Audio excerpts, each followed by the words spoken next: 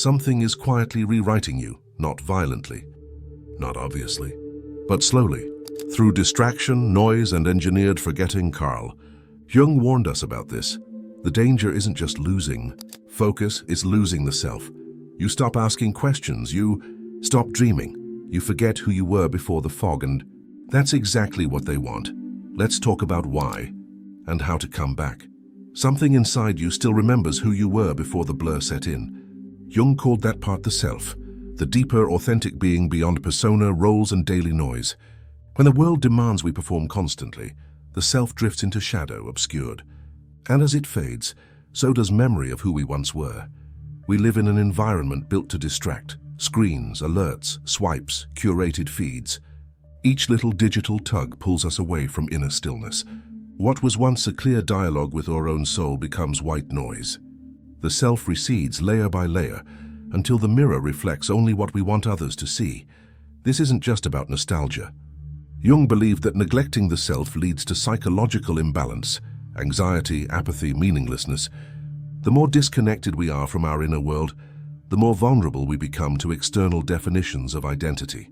We start believing the mask is the face. To reclaim who we are, we have to learn to feel, remember, and recognize ourselves beyond outward appearance. Memory becomes the path back to self. Each fragment of awareness, every flicker of recognition matters, because the forgotten self wants to be seen again. You might think you are choosing what to read, what to say, how to feel. But what if those choices are pre-scripted by algorithms, social pressures, and cultural norms you never examined?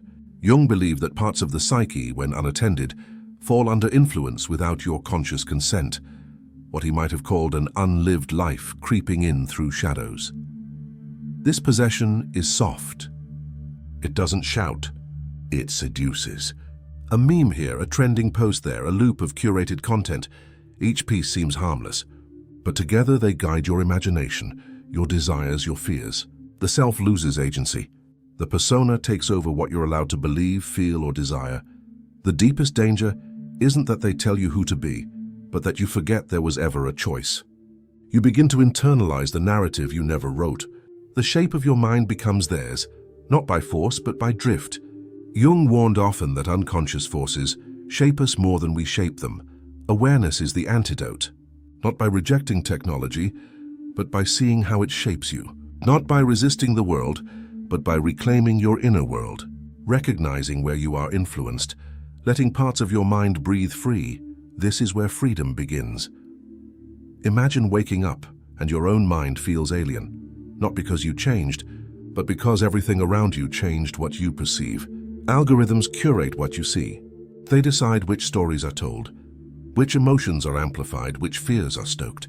In Jung's terms, the collective shadow is speaking through machines. You scroll through history obscured.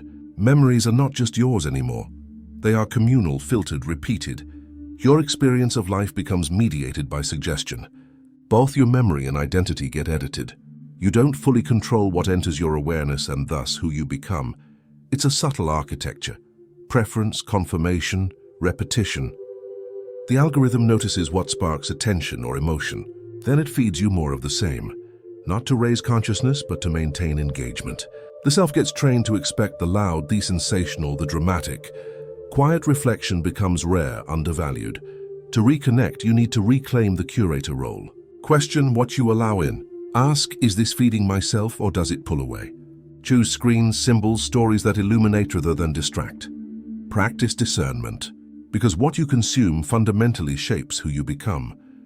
Jung described the shadow as the parts of ourselves we deny or repress, the untamed, uncomfortable, undeveloped aspects of the psyche. They don't disappear. Instead, they gather strength in silence. When external forces push authenticity away, the shadow grows more powerful than you realize. With constant distraction, curated identity, curated content, your shadow gets room to expand. It fills the gaps. Your forgotten memories, your stifled dreams, your unacknowledged emotions. The world outside might never demand your vulnerability, but the shadow makes it unavoidable inside. Shadow by design, a self-made fragile by neglect. Because society rewards the polished, the masked, the edited, the dark aspects are hidden, even from yourself. But Jung teaches that unintegrated shadow eventually asserts itself in dreams, in anxiety, in sudden reactivity. It bursts through the cracks. Healing comes from telling the shadow its story. Acknowledge what you've extinguished. Speak the unspeakable fears, long-held shame, abandoned aspects of desire. Only then does the shadow become a source of strength instead of a hidden saboteur. You become whole again. Everyone wears masks, personas invented to meet expectations, gain acceptance, avoid rejection. Jung didn't denounce persona. He warned us about mistaking it for the self. When you perform too much, you begin to believe the performance is who you are. In the digital world, the mask is everywhere. Instagram filters, highlight reels, curated feeds, all polished personas in motion. The persona becomes the identity others praise, and in seeking praise, you reinforce the mask. Authentic traits, quirks, quiet depths, they get tucked away or sacrificed. When everyday life demands performance, vulnerability becomes weakness. We hide true questions, true feelings. Over time, the self's voice dims. Authenticity becomes risky, and the world comes to judge the mask more than the real person behind it. True liberation begins when you drop the mask in small moments. Say things unscripted, laugh from the unfiltered place, let contradictions show. Let the world see your edges, because the persona is not malignant, it's a tool. But you must not become the mask. Your nervous system was never meant to be tethered to glowing screens. Jung might say it's being drawn into the collective unconscious, overstimulated by external input so constant, it no longer has space to rest. Dullness sets in, emotions flatten. The self, sensitive and alive, starts to remain unheard. In every notification, every viral post, there's a whisper, pay attention to this, ignore that. Yet the child, the passionate dreamer, the curious wanderer inside you begins to look outward for identity, validation, confirmation. The internal landscape becomes a scaffolding for others' stories, not yours. This constant fight or scroll rhythm rewires perception. Your memory encoding glitches. Moments don't linger. Experiences become flashcards, not stories. Jung emphasized that memory is symbol, not simply fact. It builds meaning in the psyche. Without memory, meaning vanishes. Partitioning off the self feels safe, less risk of conflict or pain. But in that safety, a part of you dulls. Reawaken the nervous system by slowing down. Sit with being bored, with silence, with discomfort. Your body still knows your truth if you give it space to listen. Think back to a time you were more alive, more yourself. What sense of wonder you had, what passions you once knew. These aren't nostalgia. They're clues to the self you might have lost. Jung believed that memory of the past, even the small moments, anchors us to our authentic being. Yet, as life accelerates, the ink of our memories fades. Conversations, feelings, even dreams blur. In that blur, identity thins. You no longer remember what made you laugh without effort, what you dreamt when sleep came unannounced. The forgetting is cumulative. One missed moment becomes another. The fuzzy edge of a memory, the forgotten song, the text message that slipped away. Together they begin to race the contours of who you are. Jung warned that losing memory of emotional truths means losing access to meaning.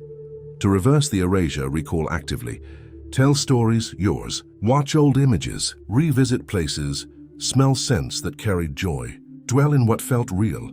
Rewriting your internal archive reforms your identity, not by rejecting today, but by reclaiming the trace of yourself flowing through time. Passion once surged through you, driving, burning, alive. Maybe it was music, writing, ideas, love, protest, creation. Over time, that flame flickers under life's weight, responsibilities, expectations, constant competition for attention. The world dims what's wild in you. Jung said the self speaks through symbols, dreams, emotion. When passion recedes, those channels clog. You start to feel flat. Purpose feels like a borrowed script. You measure value by what gains likes, what looks impressive, what others expect, not what shoots fire in your heart. The danger is silent despair, a life of routine without longing. A mind that agrees to boredom. Passion isn't an excess, it's a signal. When it dims, you're being remade by external molds. The self calls you back to that spark, but you might mistake its absence for normality. Let dust settle. Reignite the flame. Return to what once moved you without aim. Paint, write, journal, explore. Even if it feels fragile or awkward or small. Because passion is memory of who you are. Let that light travel forward again through your bones. Burnout is the modern label. Soul loss is the ancient truth. Jung taught that when we disconnect from meaning, when we ignore what we feel, dream, long for, we experience emptiness that no amount of rest or reward fixes. Burnout isn't exhaustion, it's a signal. You're living out of alignment. You might think it's too much work, lack of sleep, too many demands. Those are real, but deeper still is the inner dissonance. Your outer life demanding something different than your inner truth can give. And you negotiate yourself down. First joy, then curiosity, then identity. Soul loss creeps in wearing exhaustion's clothes. You become reactive rather than responsive. Life's colors fade. Your decisions feel like echoes. You chase external validation to feel something, anything. But even validation hurts when it's not rooted in self. Healing begins by asking what your soul needs, not what the world demands. Rest isn't just pause, it's realignment. Space isn't indulgence, it's reclamation. And the self wants to turn if you let it. Step off the treadmill even momentarily. Listen for what wants to speak. Have you ever looked around and thought, is this really my life? As if someone else wrote the script and you're performing. Jung observed that when the self is ignored, the persona, the face you present, starts writing your identity. And the self drifts so far you forget the author. Every day the world prompts you, expand, reach, impress, conform, entertain. Each message is not neutral. The words you hear, the cultural assumptions accepted, the norms obeyed, they shape you. Slowly, the story you live becomes the story others believe you should live. You sacrifice values, muted your voice, locked away desires. Someone else's image becomes more urgent than your inner truth. And later you wake to yourself in the mirror, your eyes tired, your heart distant. That isn't tragedy, it's wake-up call. Rewriting begins when you reclaim narrative sovereignty. Speak your story, not theirs. Choose what you read, what you repeat, what you dream of. Let your choices reflect your inner geography. You are the author of your identity, but you must pick up the pen. You might feel foggier than yesterday, more reactive, less present. That's often the first cue, your consciousness being obscured. Jung described moments like this as subtle whispers of the psyche trying to be heard. Seeing the fog is the beginning, not the end. When you notice the pull of distraction, the scroll, the autopilot, you're waking.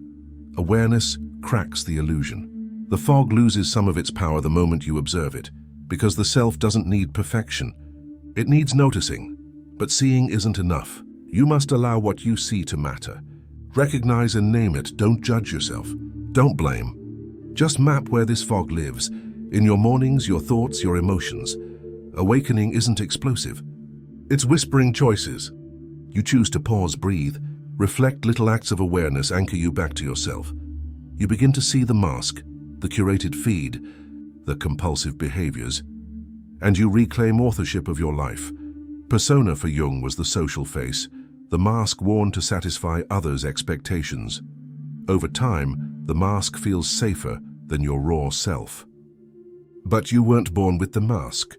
You adopted it. And now you may have forgotten there's anything beneath it. Social media, cultural norms, professional roles, they all demand persona. They reward conformity, polished image, acceptable performance. You start dressing your inner life to fit external frames. Your authentic voice becomes quieter. You resemble an actor more than aiming. Dismantling the persona doesn't mean rejecting society or hiding your face. It means understanding what you're performing and why. It means giving space to your unfiltered self. Doubts, contradictions, anger, dreams. Those parts of you aren't broken. They're honest. You learn to speak your truth, even if faint. Let someone see your edges. Let them hear how you really feel. Because every time you drop a mask, the self breathes a little. Memory strengthens. Identity begins its quiet rescue. The self is not just mind. It is body, dreams, sensations. Jung believed that somatic awareness connects you to the unconscious. When you ignore your body, your breath, your posture, your physical sensations, you're cutting off a pathway home. Digital culture encourages disassociation. You sit, eyes fixed, thumbs tapping, heart unmoored. You forget to feel.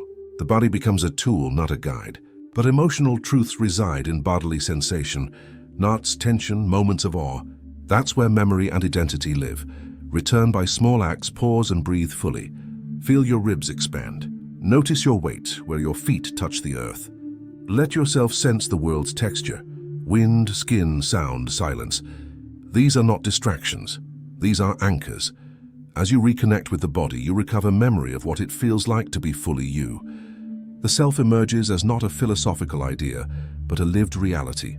Flesh, emotion, originality. Watch how the flame of your early dreams still flickers in hidden corners. Childhood passions, creative longings, wild impulses you were told to tame. Jung believed that the dreams we bury do not die. They wait, frustrated for our attention. You might dismiss them as childish. You might believe they were impractical. But those dreams carry essential parts of your identity. They are not random impulses, they are threads of meaning. When they vanish, a piece of you disappears with them. Rediscovering them requires courage. You might feel shame or fear of failure, but going back to what you loved before the world told you what to be is step toward integrity. Reignite a flame, however small, a hobby, a sketch, a poem, a curiosity. Tend it. When you care for that flame, memory returns. The memory of your own longing, your own values, your own self beyond roles or masks. The flame isn't always a bright fire, but it's fuel. With it, you begin to heal. Life might feel like sameness, routines, obligations, distractions. But Jung taught that meaning often lives in ritual, in repeated small acts that give weight to life. Mundane can be sacred if you treat it so. Waking up and breathing, drinking water mindfully, saying truthfully what you feel, journaling, walking without purpose, listening without scrolling. These are not trivial. They're thresholds to the self. By elevating ordinary acts into ritual, you reconnect with memory, what matters, what's real. Ritual frames time so you sense your own presence. It slows the world so you can notice your own heartbeat. This resistance against emptiness, forgetfulness, performance culture is simple but fierce. One small ritual at a time, you reconstruct your identity. The mundane becomes your ground, and from that ground, the self flourishes again. Every meaningful identity leaves traces, little signs, small truths, whispers of the self that refuse to be entirely silent. Jung believed that individuation, o processo de se tornar inteiro, é feito de fragmentos acumulados, sonhos, intuitions, symbols, inklings of memory. These fragments are the breadcrumbs home when the fog feels thickest. You might already be leaving clues unconsciously. A line you write, a habit that comforts, a song that moves you. Those are not random. They are encoded messages from yourself trying to be heard. The mask might cover them, but it cannot erase them. They persist through neglect. To follow them, you must pay attention. Keep a journal. Make small rituals that matter to you. Preserve what feels intimate. When you see something that resonates, hold on to it, record it. Place it somewhere visible. Let it anchor your sense of self. What begins as small becomes strong. These traces become evidence that you exist beyond the curated identity.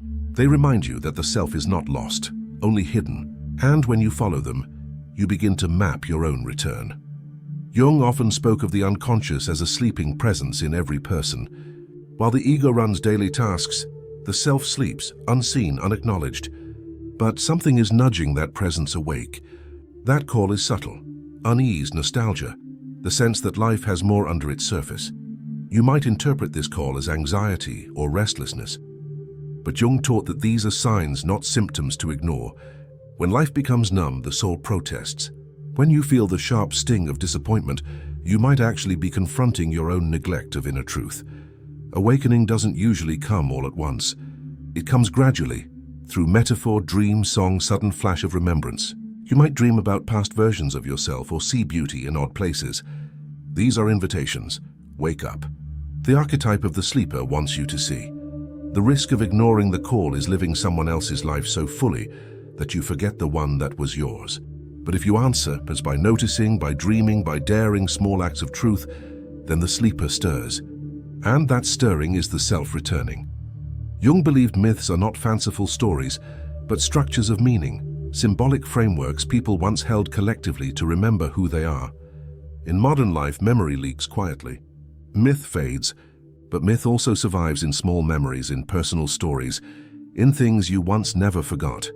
When recall feels hard, when memories blur, it isn't just aging or tech overload. It's a loss of those mythic foundations. who you were when you smiled without shame. Those snapshots carry truth. They furnish who you are, and when they're forgotten, identity becomes wallpaper and present but unseen. Rebuilding myth doesn't require grand epics. It starts with personal lore. What made your childhood magical? What you believed before being told to believe differently? What choices you made that felt like they belonged to you? Collect those stories. Tell them. Make them vivid. As you reincorporate memory, myth reemerges, not as fantasy but as architecture of meaning. You realize your identity isn't only what the world has shaped, but what your soul has always chosen. And myth becomes a map, not for someone else's journey, but for your own. No matter how loud the noise, how strong the distractions, the self does not disappear. It hides. Behind armor, behind masks, behind forgetfulness. Jung spoke of the self as wholeness, conscious and unconscious together. Even in shadow, wholeness persists. When you think you've lost everything, your creativity, your passion, your dreams, that is the voice of the persona claiming dominance. But the self still remembers. It still pulses in small moments, at dawn, in dreams, in gut responses. It flickers every time you feel something deeply. Knowing this sends power. Because if the self cannot be deleted, then your identity is resilient. You needn't fix all at once. You needn't reclaim all pieces immediately. You simply need to allow what is hidden to be seen piece by piece. So when belief falters, when memory wavers, when the mask feels heavier, remember, you aren't gone. You're just unseen. And unveiling begins when you believe your own presence matters. This is your soul's whisper. Don't return to numbness. Jung warned that living without conscious presence is like walking with your eyes closed. Even when the path is uncertain, missteps are part of waking. You will be tempted, by ease, by distraction, by conformity, to close your eyes again. To let fear or shame guide you. To accept identity as what others tell you, not what you remember. But that is a slow erasure. Choosing wakefulness is radical. It is choosing your own attention. Choosing small truths over the curated mask. Choosing memory over forgetfulness. It demands discomfort. It demands courage. Do this and your life ceases to be a borrowed script. You become present. You reclaim the self. You stop going back to sleep.